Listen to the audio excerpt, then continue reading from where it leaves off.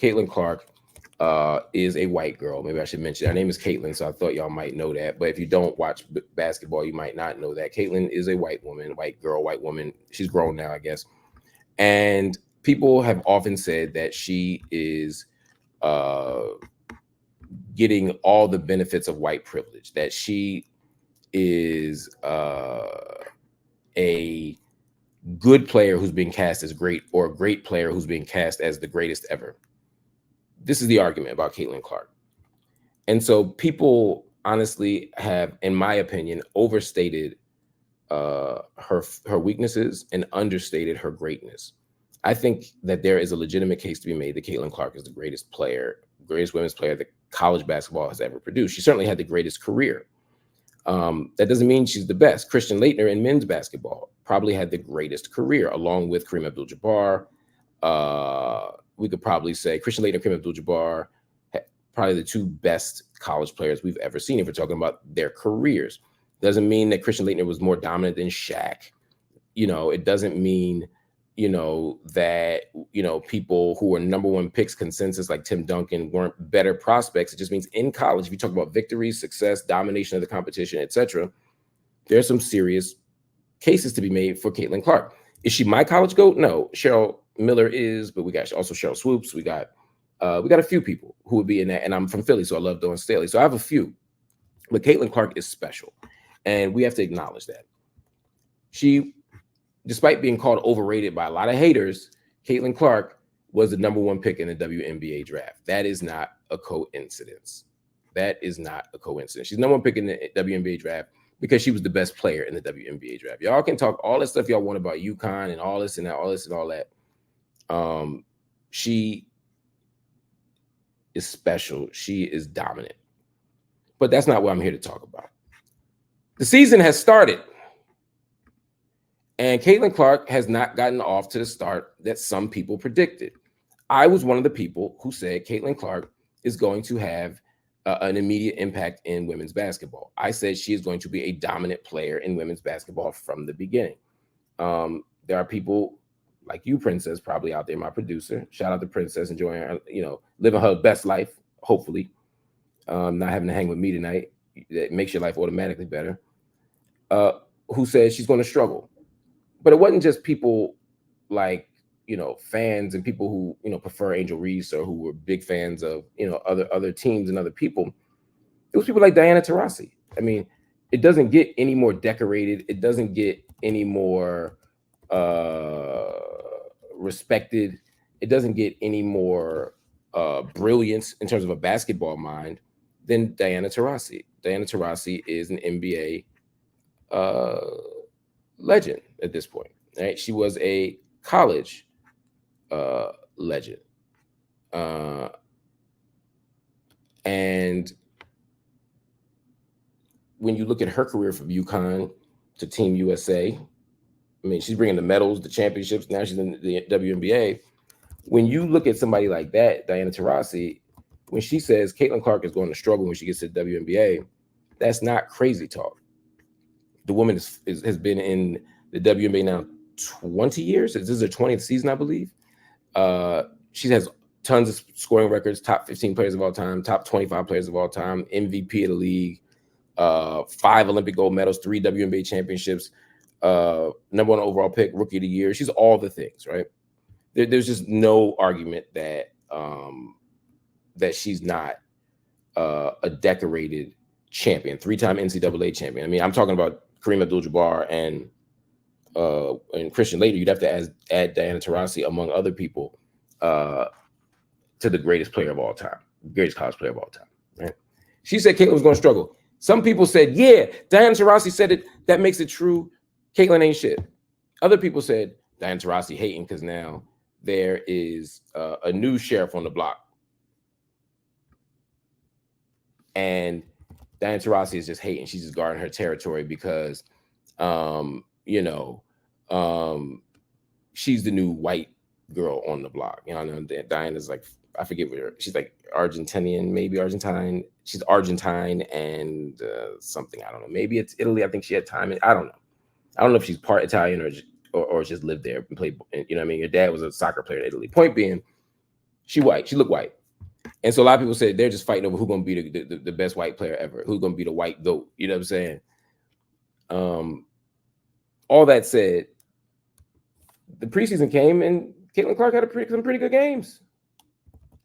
She had some pretty good games, but she still didn't look like herself to me.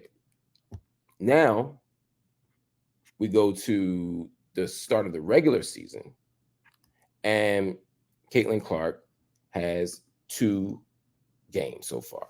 First game, her team, Indiana, lost. They lost by 21 points. It was a blowout. They lost 92-71, which is a pretty strong mollywopping. They lost to the Connecticut Sun, right? Again, the UConn. Connecticut got some women's basketball in pro, college, whatever. Caitlyn came out the gate with 20 points. Now, people say 20 points is not a small thing, but she had 10 turnovers too. Caitlyn Clark had 10 turnovers, 20 points and 10 turnovers. So 10 turnovers is the most turnovers in the history of the WNBA for a player's first game. So she set a rather ignoble record on her first night. And people say, see, this is what we're talking about. Yeah, anybody can score 20 points if they just keep shooting. Anybody, if they just keep jacking up points, can score 20 points. The point is Caitlyn Clark was getting her ass handed to her. She was getting well defended. She couldn't handle it. She's a fraud. I'm hearing that. Go to Twitter. If you think I'm being hyperbolic or making a straw man, please go to Twitter, go to any social media, or go on this blasted YouTube, go on the interwebs and see what happened. What you're going to see is people saying she's a fraud, she's a liar, you know what I mean? She's no good. We told you this was all media hype, etc., etc., etc. And here's the problem. All of that is ridiculous. All of that is ridiculous.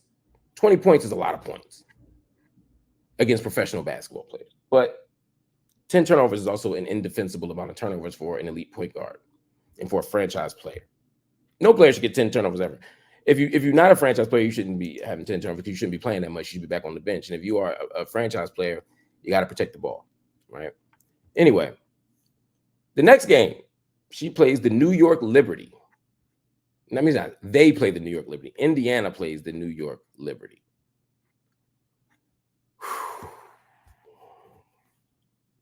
The New York Liberty beat them.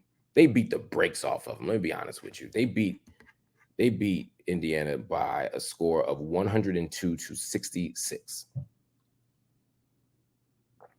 is last night in New York. They lost by 36 points to New York. Caitlyn Clark didn't have 20 points this time, though. Caitlyn Clark had 9 points on 2 of 8 shooting. So she shot 25% from the field, only made 2 field goals, only had 9 points. She also had some other numbers that were encouraging. She had 7 rebounds and she had 6 assists. But Caitlyn Clark did not look like the best player in the world. She did not look like the best player on the court.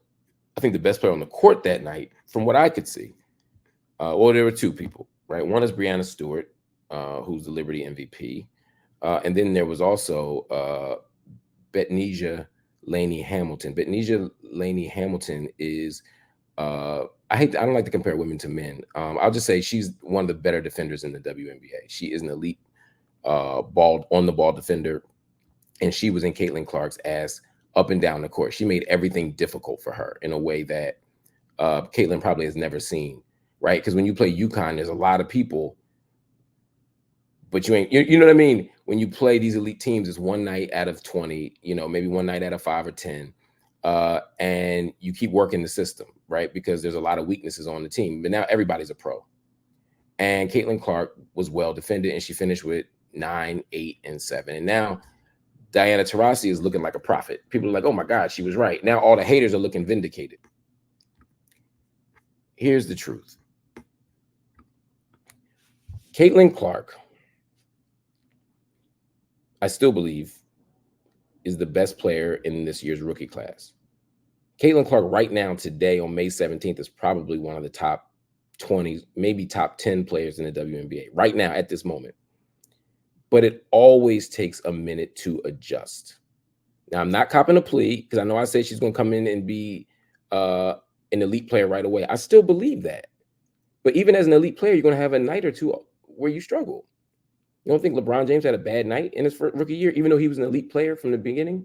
You don't think Kobe Bryant struggled for 4 years, right? He didn't even start. Shaq came out the gate dominating, but I'll tell you something. He still had some off nights. Now, the difference between, somebody like a Candace Parker and a Caitlyn Clark, and I think they're both elite players coming out of college. Although, again, Caitlyn was the best player in her program and didn't have strong teammates. People coming out of Tennessee, people coming out of Connecticut, people coming out of USC now, people coming out of the other USC, shout out to Juju. Their adjustments are different. Their defensive assignments aren't as tough. They don't have as much pressure to take every shot. I mean, there's a lot of things that are different when you're a great player on a great team versus a great player on a mediocre team. And sometimes you make your teammates look better, which is what Caitlyn Clark did for the last 2 years, especially this last year. That said, Caitlyn Clark is a guard. And when you come into the NBA or the WNBA as a guard, there are a lot of things you have to learn. You have to learn a different pace of play calling. You have to deal with more athletic and quick defenders. You also have to be a more athletic and quick defender. Caitlyn Clark ain't never going to be confused with a defender. She's a mediocre defender at best. She's a solid team defender, but really a mediocre individual one-on-one defender. She's going to have to grow in that area. But now she's used to people being more physical with her, people chasing her, people going on top of screens. She's a tough cover, but there's some great defenders, and she's learning that. So to me, the lesson of all of Caitlyn Clark's early struggles is not that Caitlyn Clark is a fraud. That's not it. Caitlyn Clark's not a fraud. But coming in as an Angel Reese, for example, I see this person saying you've watched zero Angel Reese. That's not true. I actually watched Angel Reese play both in the preseason and in the regular season and in college. Angel Reese is a very good, solid player. I think Angel Reese is going to be a good pro. I think she's going to be a very good pro. I don't think she's going to be as good a pro as Caitlyn Clark. I don't think she's going to be anywhere near as good a pro as Caitlyn Clark. I think Caitlyn Clark is going to go down as one of the greats of all time. And she may end up being the best player we've ever seen. Literally, she may go down as the best women's basketball player we've ever seen.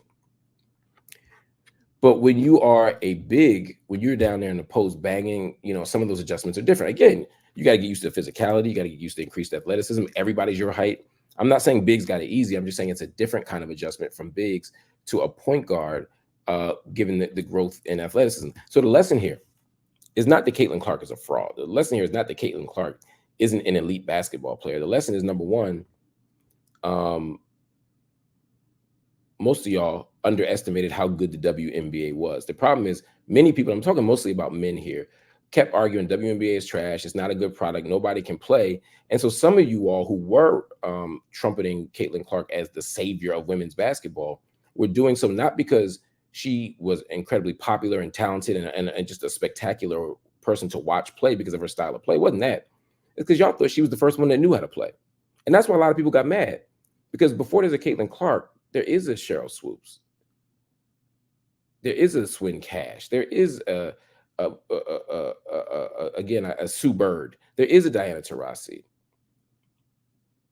There was a Dawn Staley. Right? There was a Cheryl Miller, if we go all the way back. Again, Cheryl Miller, I still think is the GOAT. So in that context, when y'all act like Caitlyn Clark is the first person to discover basketball, of course, it doesn't just piss people off because it's ahistorical and it erases all these women, mostly Black women, who pioneered this thing, but it also makes it seem like the WNBA isn't already a good product. That Caitlyn Clark was just going to come in scoring 50 a night. I didn't think Caitlyn Clark was going to come in scoring 50 a night, but I do think Caitlyn Clark's going to average 20, 22 points a night in her rookie year, which is extraordinary. I think she's going to have a couple bad nights. I think she's going to light people up. Here's another thing to remember. Caitlyn Clark is playing for one of the worst teams in the WNBA. That's not an excuse, that's a fact. The way to get the number one pick in the WNBA is to do what? To lose a lot. How you think San Antonio got Tim Duncan? and David Robinson and Wimbenyama. They lost a bunch. How do you think Cleveland got LeBron James? They lost a bunch. So you can't look at Caitlyn Clark's team being 0-2 and say, well, that means that they're not very good, or she's not very good, or she can't raise a team. She's literally playing the two best teams in the NBA. She's a box office smash. So of course they have her playing New York, because they want to see her play against New York. The world wants to see the biggest markets play the best players. Just like when LeBron was a rookie, they wanted him to be in LA playing the Lakers. They wanted him to be in New York playing the Knicks. They wanted him to be in Miami playing the Heat. They wanted him in Chicago playing the Bulls. The big markets. So Caitlyn Clark being extraordinary doesn't mean that she can play for 5 people. Women's basketball players are elite athletes. They are superior athletes. And Caitlyn Clark is, I think, the upper echelon of that. Of those athletes, but she's still a team. She's still part of the team. She's still going to develop. She's still going to grow. So please don't make this about Caitlyn, because I don't believe that it is. It means that she has to adjust, and she will. She will adjust. She's going to be an elite player. She's going to be an elite player this year. She's going to be a star. She's going to be a Hall of Famer. She's going to be one of the best ever. But maybe, just maybe, those of you who are thinking that Caitlyn Clark ain't shit could now look at it differently and say, no, maybe Caitlyn Clark is a great player, but maybe all these other women are also great players. And maybe that's why, in addition to championing the cause of Caitlyn Clark, some of y'all who only love Caitlyn Clark should also look at all these Black women, all these extraordinary athletes, all these dominant figures in the WNBA who opened the door and held space for Caitlyn Clark. So we don't have to choose between loving Caitlyn Clark's basketball game and honoring the other sisters in the league. Let's do both. Let's honor the league. Let's respect the talent that the WNBA is. And let's also affirm the fact that Caitlyn Clark is something special.